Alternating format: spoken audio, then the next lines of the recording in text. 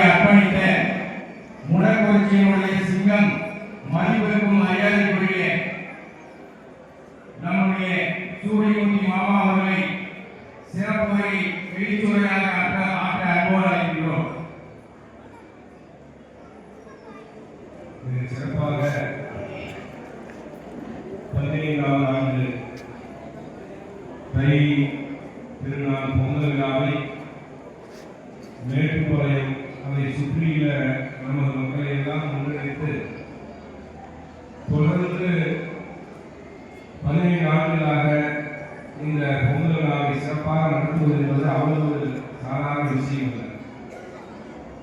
நம்மளுடைய சொந்தங்கள் எல்லாம் வந்துட்டீங்க, ஒரு வீட்டில் நம்ம பொங்கல் வைக்கிறா கூட அந்த வீட்டை சுத்தம் செய்யும், குழந்தைகளுக்கு புது துணி எடுக்கணும், அங்கே அந்த பொங்கலுக்கு தேவையான பொருட்கள் கரும்பு மஞ்சள் இந்த மாதிரி அதுக்கு தேவையான பொருட்களை எல்லாம் வைத்து அதுக்கு ஒரு நாள் முழுமையாக நம்ம செலவழித்து அதுக்கு அந்த நேரத்தில் பொங்கல் வச்சு அவங்களுக்கு நம்முடைய உறவினரோடு அங்கே பரிமாற அப்படி இவ்வளவு பெரிய அனைத்து குடும்பங்களையும் ஒன்றிணைத்து கேட்டவர்கள் சொல்றாங்க நேற்று இரவிலிருந்தே உணவு ஏற்பாடு செய்து இப்போது இந்த இரவு உணவு மாதிரி சிற்றுண்டி வரை அப்படிங்கிறது எவ்வளவு பெரிய ஒரு சிரமமான வேலை என்பதை உங்களுக்கு எல்லாம் தெரியும். அப்படிப்பட்ட நிகழ்வுகளை இங்க இருக்கிற மக்களை எல்லாம் ஒன்றிணைத்து இந்த சிறப்பாக இந்த விழாவை நடத்தி கொண்டிருக்கிறார்கள். கொரோனா அப்படிங்கிறனால ஒரு விவசாயம் இல்லை. அது மாதிரி ஏன் நடத்த வேண்டும் என்றால் நாம் அந்த காலத்திலே கிராமத்திலே ஊரிலே நாம் எல்லாம் குடும்பமாக அதாவது பூ பறிக்க போறது, பொங்கல் வைக்கிறது, திருப்பி அந்த பூ ஆற்றுல போடுறது, நீர் போடுறது, அந்த மாதிரி நிறைய உறவுகள் நம்ம கிராமத்தில் ஒற்றுமை இருக்கக்கூடிய வாய்ப்புகள் இருக்கு. நாகரிகத்துடைய வளர்ச்சி நாம் தொழில் செய்வதற்காக, வியாபாரம் செய்வதற்காக, குழந்தைகளை படிக்க வைப்பதற்காக, முன்னேற்றத்திற்காக கிராமங்களை விட்டு நகரங்களை நோக்கி, நகரங்களை விட்டு வேற மாவட்டங்களை தாண்டி, மாநிலங்களை தாண்டி, நாடுகளை தாண்டி போயிருக்கிறது. அப்பொழுது இந்த மாதிரி உறவுகள் எல்லாம் சேரக்கூடிய வாய்ப்புகள் இல்லாமல் போயிருக்கிறது. ஆகவே அதையெல்லாம் இப்படி வருடத்துக்கு ஒரு முறையாவது நமது தை திருநாளிலே அனைவரையும் ஒன்றிணைத்து ஒரே இடத்திலே பொங்கல் வைத்து பல்வேறு நம்முடைய சலகையாட்டா உயிரிழந்த போட்டி மாதிரி பல போட்டிகளை எல்லாம் வைத்து குழந்தைகளை எல்லாம் விளையாட்டு அதில் வென்றவர்களுக்கு பரிசெல்லாம் கொடுத்து சிறப்பாக இந்த விழாவை நடத்தி கொண்டிருக்கிறார். அப்படித்தான் நடத்த வேண்டும். ஏன்னா நாம் இருக்கிற சூழ்நிலையில எப்போ இப்போ எல்லாம் முடிஞ்சு நம்ம போகணும், காலையில் என்ன செய்யணும், வேலைக்கு போகணும், வசூல் போகணும், போகணும், அது மாதிரி பல்வேறு நிகழ்வுகளை நாம் சென்று போட்டு போகக்கூடிய ஒரு சூழ்நிலையை வாழ்க்கணும். ஆனாலும் நம்முடைய பாரம்பரிய பண்பாடு கலாச்சாரத்தை எல்லாம் நாம் மறந்தால் நாம் பல்வேறு நிகழ்வுகளை சந்தித்துக் கொண்டிருக்கிறோம். அதற்கு நாம் பல்வேறு விஷயங்களை நாம் நம்முடைய வாழ்க்கையிலே, நம்முடைய பகுதியிலே நம்ம எதிர்கொண்டிருக்கிறோம். ஆகவே அதையெல்லாம் நாம் இன்னைக்கு இருக்கிற கால சூழ்நிலையை எப்படி இன்னைக்கு இருக்கிற சூழ்நிலையில நம்ம நகரங்களை நோக்கி வியாபாரங்களுக்காக செல்லக்கூடிய சூழ்நிலைனா அப்போ எப்படி அந்த சூழ்நிலையை நம்முடைய குழந்தைகளை வளர்க்க வேண்டும். எதிர்காலத்தில் நம்முடைய சந்ததியை நம்மளோடு உறவோடு உறுதியோடு பாசத்தோடு அவர்கள் எல்லாம் இந்த வழியை வளர்ந்து குடும்ப ரீதியாக, தொழில் ரீதியாக, வியாபார ரீதியாக அவர்கள் வலிமையாக எப்படி நம்மளை போல நம்முடைய மூதாதையர்கள் போல எப்படி வருங்காலத்தை வர வேண்டும் என்பதற்கு இந்த பொங்கல் எல்லாம் ஒரு உதாரணம். ஆகவே அப்படி சிறப்பாக இன்னைக்கு இங்கே வந்து சென்றிருக்கின்ற மரியாதைக்குரிய ஓய்வு டிசி நாகசுந்தர் அவர்கள், அதே மாதிரி டிசி ரங்கசாமி அவர்கள், ஏவிஆர் ராமசாமி அவர்கள், கேசிஆர் ராமசாமி அவர்கள், ஏவிசி காளியப்பன் அவர்கள், அதே மாதிரி கால்பணியாளருக்கு தொடர்ந்து நம்ம பொதுச்சாளர் அழைக்கூடிய ராதாகிருஷ்ணன் அவர்கள், திருமூர்த்தி அவர்கள், இளைஞர் சம்பத் அவர்கள், தேவேந்திர அவர்கள், பொருளாளர் ராஜேந்திரன் அவர்கள், தமிழ்செல்வி, கமலேஷ் ராஜன், அதே மாதிரி காளியப்பன், இந்த மாவட்டத்துடைய செயலாளர் வழக்கறிஞர் தொடர்ந்து இந்த பகுதியிலே உங்களுக்கு எல்லாம் உறுதியாகும். உங்களை ஒருங்கிணைக்கக்கூடிய அந்த பொறுப்பை எடுத்துக்கொண்டு உங்களால் மக்கள் கட்சி பொது நாடாளுமன்ற பேரவையுடைய தொடர்பை எடுத்துக்கொண்டு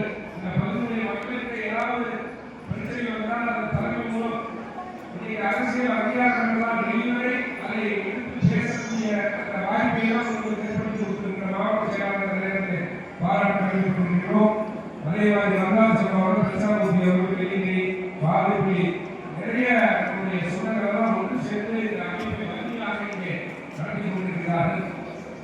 ஆகவே ஏதோ அரசியல் லாபத்திற்காக பதவிக்காக இந்த இயக்கம் இல்லை என்பதை நாம் முதலில் புரிந்து கொள்ள வேண்டும். எனக்கு எல்லா அரசியல் கட்சியை சார்ந்தவர்களும் எல்லா மக்களும் இருக்கிறார்கள். இருந்தாலும் இந்த நேரத்தில் நாம் குறிப்பிடுவது நம்முடைய மாவட்ட செயலாளர் சொன்னதை போல விளையாடக்கூடிய தலைவர்களுக்கு புறநாயகர்களுக்கு தெரிவிக்கும் புத்தகங்கள் எழுதினார்கள். ஆகவே நாம் ஏதாவது அரசியல் பதவிகள் நடந்திருந்தால் நம்முடைய பொதுச் செயலாளர் 2009 நாடாளுமன்றத்திலிருந்து தோல்விவிட்டார்கள். 2010 உட்கார்ந்து 2011 7 தொகுதிகளில் தோல்விவிட்டார்.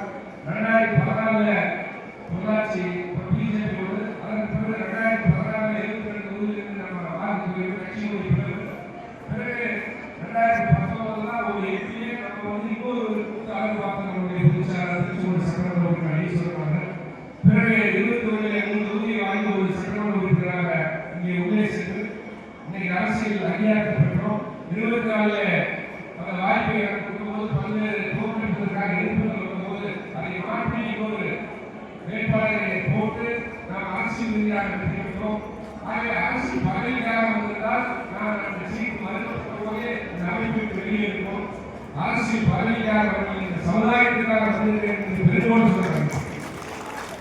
அதே நேரத்தில் அரசியல் அங்கீகாரம் என்பது நமக்கு தேவை என்பதை நீங்கள் புரிந்து கொள்ள வேண்டும். பொதுச் செயலாளர் இவ்வளவு தோல்விக்காக நீங்கள் அரசியல் அங்கீகாரம் செஞ்சிருக்கிறார். அவர் அரசியல் பதவிக்காக வந்திருந்தால் 9, 10, 11 3 வெளியே போயிருப்பார். ஆகவே அரசியல் அங்கீகாரம் நமக்கு தேவை என்னென்றால் இன்னைக்கு சட்டமன்றத்தில் போய் இன்னைக்கு பல்வேறு விஷயங்களை பேசக்கூடிய வாய்ப்பு, அதை சட்டமாக நம்மளுடைய பாதுகாப்புக்காக பல விஷயங்களை செய்யக்கூடிய வாய்ப்பு இன்னைக்கு கிடைக்கும். குறிப்பாக சொல்ல போனால் இன்னைக்கு இந்த பள்ளியை நேசத்தை தொடர்ந்து நமக்காக வருடத்தோறும் பல்வேறு சமுதாயங்கள் இருந்தாலும் நம்ம அந்த விழாவுக்கு அனுமதி கொடுத்து இந்த நிகழ்ச்சியை நடத்துகிறோம். ஆகவே இந்த பள்ளியுடைய காரணங்களால் ஈரோட்டிலே நாம் ஒரு மாநாடு வைத்திருந்தோம். தமிழ்நாட்டில் இருக்கிற பள்ளி கல்லூரியுடைய காலாளர்களை வைத்து ஈரோட்டில் ஒரு மாநாட்டை நடத்தினோம். 1400க்கும் மேற்பட்ட பள்ளியுடைய காலாளர்கள், கல்லூரியுடைய காலாளர்கள் அந்த மாநாட்டில் நடந்தோம். அந்த மாநாடு எதற்காக டிவியில பார்த்துட்டு ஒரு 3 வருஷம் கள்ளக்குறிச்சியில ஒரு பள்ளியை சில விஷயங்களை அடிச்சு ஒரு தீக்கரையாக்கினார்கள். அந்த பள்ளியை பாதுகாக்க வேண்டும் என்று பொதுநாடு மக்கள் தேசிய கட்சி கையில் எடுத்துக்கொண்டு அனைத்து தமிழ்நாட்டில் இருக்கிற பள்ளி கல்லூரிகளுடைய காலாளரை அவர்களுக்கு இந்த மாதிரி எந்த பள்ளிக்கும் அந்த மாதிரி நகரக்கூடாது என்று ஒரு தீர்மானத்தை போட்டு பள்ளிகளுக்கும் கல்லூரிகளுக்கும் ஆதரவாக இருக்கிற ஒரு இயக்கம் பொதுநாடு மக்கள் தேசிய கட்சி ஏன்னா அந்த அளவுக்கு அந்த பள்ளியை சேதப்படுத்தி 3000 படிக்கக்கூடிய மாணவர்களுடைய அந்த ஆவணங்களால் வெளியிடப்பட்டது. 300க்கும் மேற்பட்ட அந்த பள்ளியுடைய ஆசிரியர்களுடைய ஆவணங்கள் வெளியிடப்பட்டது. அந்த கல்லூரி முழுமையாக தலைமையிடப்பட்டார்கள். அதற்கு பிறகு அந்த பள்ளிக்கு தமிழக அரசுக்கு நாம் அழுத்தம் கொடுத்து அங்கே முழுமையாக இருந்து அந்த பள்ளியை மீட்டி அந்த பள்ளி நடந்ததால் முன்னாள் மக்கள் தேசிய திருச்சூர் சட்டமன்ற ஈஸ்வரன் பதிவு செய்ய கடமைப்பட்டிருக்கிறோம். அப்படி பல்வேறு விஷயங்களை இந்த அரசியல் ரீதியாக எடுத்துக்கொண்டு செயல்பட்டுக் கொண்டிருக்கிறோம்.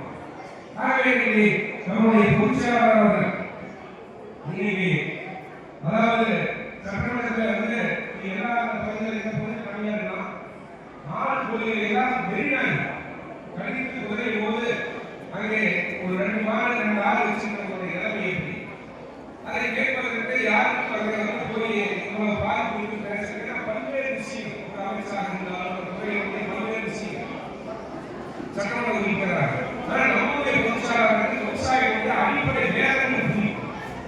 ஆகவே முதலமைச்சர் இவ்வளவு 6 கோடிகளை வெண்ணாயை கழித்து வருகின்ற நிலத்தில் கொண்டு வருகிறார். விவசாயிகள் தற்கொலை செய்வது முடியலை.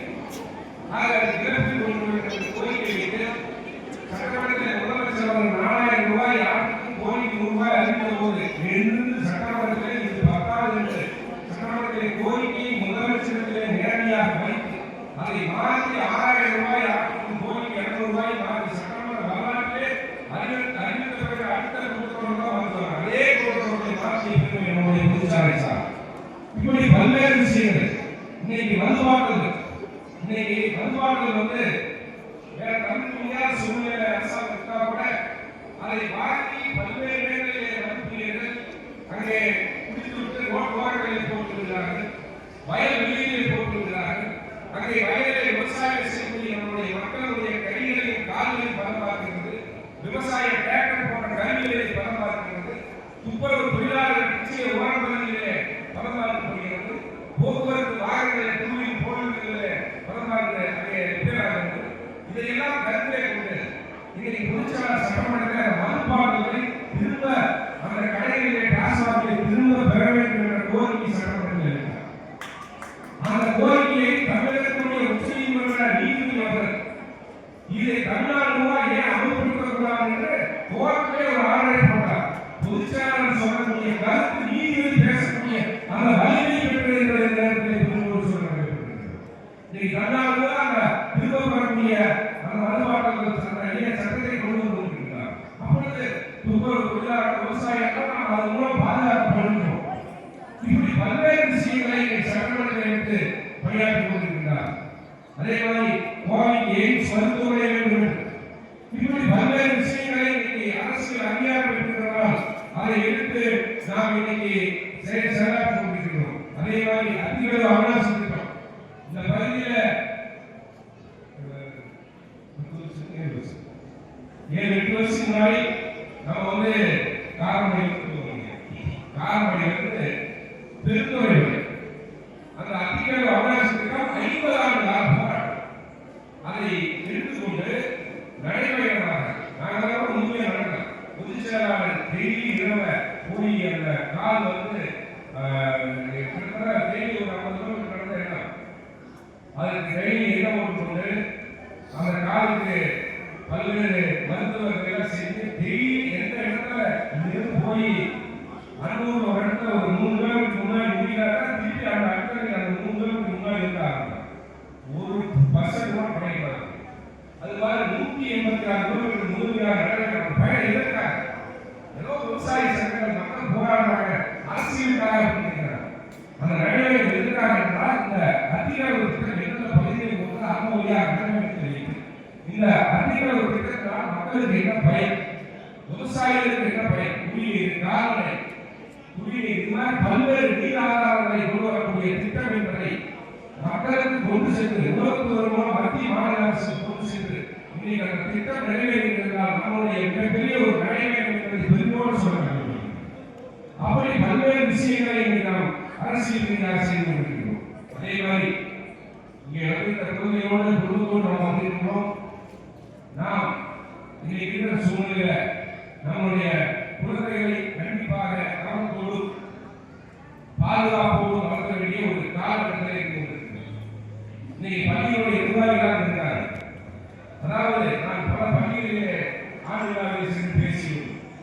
அதாவது நம்ம ஒரு குழந்தைக்கு காலையில நேரமே அவங்க தூக்கி வச்சு சாப்பிட வச்சு ட்ரெஸ் எல்லாம் போட்டு பொது வேலை எடுத்து பேக் பண்ணி கண்டிப்பாக எல்லாம் வச்சு சேக்ஸா வச்சு அனுப்பிச்சுடுறோம். வண்டி ஏற்றிட்டா நமக்கு தான் முடிஞ்சது.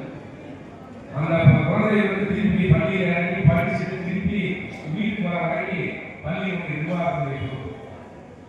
பள்ளியிலிருந்து வாகனத்தை செல்கிற போது டிராபிக் ஆகிடுது, வாகனம் ரிப்பேர் ஆகிடுது, ஏதோ ஒரு சின்ன லேட் ஆயிடுச்சுன்னா டைரக்டா அந்த பேரண்ட்ஸ் 1000 பேர் இந்த ஸ்கூல்ல படிக்கிறாங்க அப்படின்னா டைரக்டா நேரத்துக்கு சொல்லிடுவாங்க. அப்படி ஒரு பள்ளியில ஒரு நேரம் 50 பேர் போறாங்க, 50 பேர் சொன்னா அந்த குழந்தைகளுக்கு அவ்வளவு முக்கியம் என்ன வெளியில கடவுளால வெளியில மகாசாரத்துல பையனோட பொண்ணுங்களோட நிறைய கூட கஷ்டப்படுறது என்னாச்சு அவ்வளவு பரிசோதனை பண்ணி கட்டத்தில் ஒரு பள்ளி நிர்வாகம் இருக்கு. நம்ம ஒரு குழந்தை 1000 பேர் வச்சா 1000 பேருக்கு நம்ம படிக்கணும். அப்படிதான் இந்த பள்ளி நடந்து இருக்கணும். ஆகவே அந்த அளவுக்கு நீங்க பள்ளி நடத்துறதுதான் சாதாரண விஷயம். இங்க இருக்கிற மாணவர்களுக்கு இடையில வந்து ஒரு காய்ச்சல் இருந்துச்சு, ஒரு சின்ன நடந்துச்சுன்னா அது பள்ளி நிர்வாகம் ஏதாவது வாத்தியார் போகல பள்ளியில குடும்பம் அடிச்சா உடனே பெற்றோர் கம்பெனி எப்படி அழிக்கலாம். ஆக அந்த அளவுக்கு சிரமங்களை மேற்கொண்டு இன்னைக்கு இந்த பள்ளியை நடத்தி கொண்டிருக்கிறார். அது மாதிரி ஈரோட்ல ஒரு 13 வயசு சிறுமி, நான் இதெல்லாம் ஏன் சொல்றேன் அப்படின்னா நாம் இருக்கிற காலத்துல நம்முடைய குழந்தைகளை பாதுகாப்பு நம்ம கடமை. நம்ம காலையை அழிச்சிடறோம்,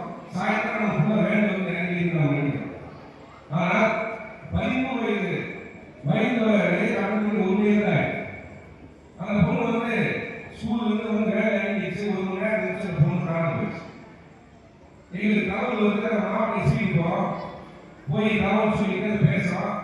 எஸ்பி சொல்கிறாரு சின்ன பொண்ணு தான் காணாம போயிருக்கு, ஆனால் அந்த பொண்ணு வந்து கடத்தப்படலாம் விருப்பப்பட்டா போயிருக்கு. அவங்களுடைய பெற்றோருடைய நிலைமை எங்காவது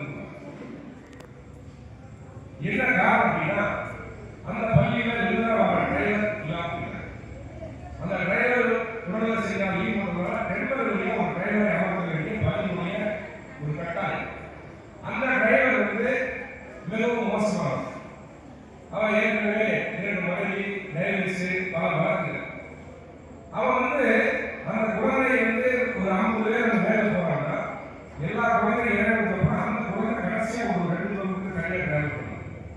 அந்த நேரத்தை பயன்படுத்தி அந்த டிரைவர் அந்த குழந்தைகளுக்கு ஆபாச படங்களை செல்வி காமித்து குழந்தையை இறக்கி போயிட்டு நேரம் போய் நிறுத்திட்டு அந்த வாகனத்தை சென்ற சென்னை கொண்டு ஸ்லீப்பர் பஸ்ல சென்னைக்கு கொண்டு போயிருக்கோம். அதுக்கப்புறம் நம்ம தகவல் தெரிஞ்ச எஸ்பி மூலியமா போலீஸோட டீம் வச்சு அந்த பொண்ணை வந்து மீட்கிறதுக்கு 30 மணி நேரம் ஆச்சு. அந்த பெண்ணை நம்ம இன்னும் நம்ம இடத்துல ஒப்படைச்சோம். இது மாதிரி பல விஷயங்களை இன்னைக்கு தாக்கி கொண்டிருக்கு. பல்லடம் பகுதியில் ஒரு வீட்டில் இதே மாதிரி ஒரு புகார் வந்து திரும்பி அந்த வீட்டில் அவங்க ஒரே குழந்தை அவங்க குடும்பத்தோடு தென் மாவட்டத்தில் வந்து இந்த குடும்பத்தோடு குழந்தைகளோடு குடியிருந்து தனி வசிச்சிருக்காங்க. அந்த ஒரே பிள்ளை அது வசதி வாய்ப்போடு இருக்குது அப்படின்னு தெரிஞ்சுக்கிட்டு அவங்க மனைவி குழந்தைகளா இருந்தாங்க. அந்த தனியில் வேலை செஞ்ச ஆண் வந்து அந்த குழந்தைய திட்டமிட்டு கண்டிப்பாங்க. ஏன்னா அவங்க குழந்தை குடும்பம் இருக்கிறாலும் அவங்க சந்தேகம் இல்லை. அப்ப இந்த குழந்தை காணாம எல்லா பக்கம் நம்ம சரி பண்ணி பார்க்கறப்ப வேளாங்கண்ணியில இந்த கூட்டிட்டு போயிட்டு அங்கிருந்து பணம் டிமாண்ட் பண்றோம். அப்புறம் நம்ம உறவுத்துறை மூலமா ஐடிக்கு சொல்லி எல்லாம் நம்ம வந்து அரசியல் அதிகாரங்கிறதுனால உடனடியாக அந்த குழந்தையை மீட்கணும். நான் ஏன் இதெல்லாம் சொல்றேன் அப்படின்னா நம்ம எல்லாருக்குமே இருக்கிறோம். இன்னைக்கு அப்படி இல்லை காசு சொல்லுங்க. நம்ம குழந்தைகளுக்கு நம்ம அனுப்புறோம்னா அந்த வேலை யார் டிரைவர் அப்படின்னா பள்ளியுடைய நிர்வாகம் எல்லாருக்கும் உதவி சொல்லும். நம்ம சொல்லலாம் ஏன் டிரைவர் சரியான நம்ம ஸ்கூல் வாங்குறாங்க. ஏன்னா அவங்க டிரைவர் இல்லை, ஒரு டிரைவர் சரியான அப்படின்னு சொல்றாங்க. வேலை வராம இருக்காமா வலையில பள்ளி நிர்வாகம் நம்ம சொல்ல மாட்டோமா? அப்போ அவங்க கட்டாயத்தில் யாருக்கு சரியாக வேண்டிய யாரோ ஒரு டிரைவர் அவங்க தான் தப்பு. அப்போ நான் வந்து எச்சரிக்கையாக இருக்கிறேன். அதே மாதிரி அங்கே இந்த பகுதியில் ஒரு கோயில் ஒன்றுக்கு பள்ளிவரைக்கு சேர்ந்த கணவன் மனைவி 2 பெண் குழந்தைகள் 5 வயசு 7 வயசு குழந்தைகளுக்கு அந்த பெற்றோர்கள் வீடுகள் வந்து ஒரு 30 வயசு அவங்க 2 பேருமே கோயில் வந்து வர வழியில டிசம்பர் தகவல் செய்திருந்தாங்க. பார்க்கலாம் அவங்களுக்காக வரக்கூடிய அந்த உறவினர்கள் பார்த்தீங்கன்னா 50க்கு 100க்கு மேற்பட்ட கார்கள் வெளியிருந்த வசதியான தகவல் அவங்க மிகப்பெரிய வேலை. என்ன காரணம்னா அந்த பொண்ணும் ஸ்கூல்ல இருந்து ஹாஸ்டல், காலேஜ் ஹாஸ்டல் கல்யாணம் பண்ணிட்டாங்க. அந்த பையன் அதே மாதிரி ஹாஸ்டல் படிச்சுட்டு அவங்க சகோதரியுடைய வீட்டுக்காரோட தொழில் பண்றான். கல்யாணம் வந்து தனியாக தொழில் பண்றாங்க. தொழில் சின்ன நட்டம் வந்து ஐயோ நம்ம வந்து இதனால படிக்கிறதே இப்போ வந்து நம்ம நட்டம் வயசு சமாளிக்கிறது அந்த 2 பேருக்குமே இந்த புரிதல் இல்லாதவங்க அவங்களுக்கு எல்லாமே அவங்களுடைய வீட்டு சரி அவங்களுடைய மாமியார் வீட்டு வசதி. ஆனா அந்த புரிதல் இல்லாதவங்க அவர்கள் நம்ம இந்த வாழ்க்கையில கட்டமாக சமாளிக்க முடியாத இருந்து குழந்தைகளுக்கு கற்று வச்சுக்கணும். ஏன் சொல்றேன் அப்படின்னா நம்மளுடைய குழந்தைகளுக்கு கல்வியையும் வாழ்க்கையில் போராடக்கூடிய வாய்ப்பை அவர்களுக்கு சொல்லிக் கொடுக்கணும்.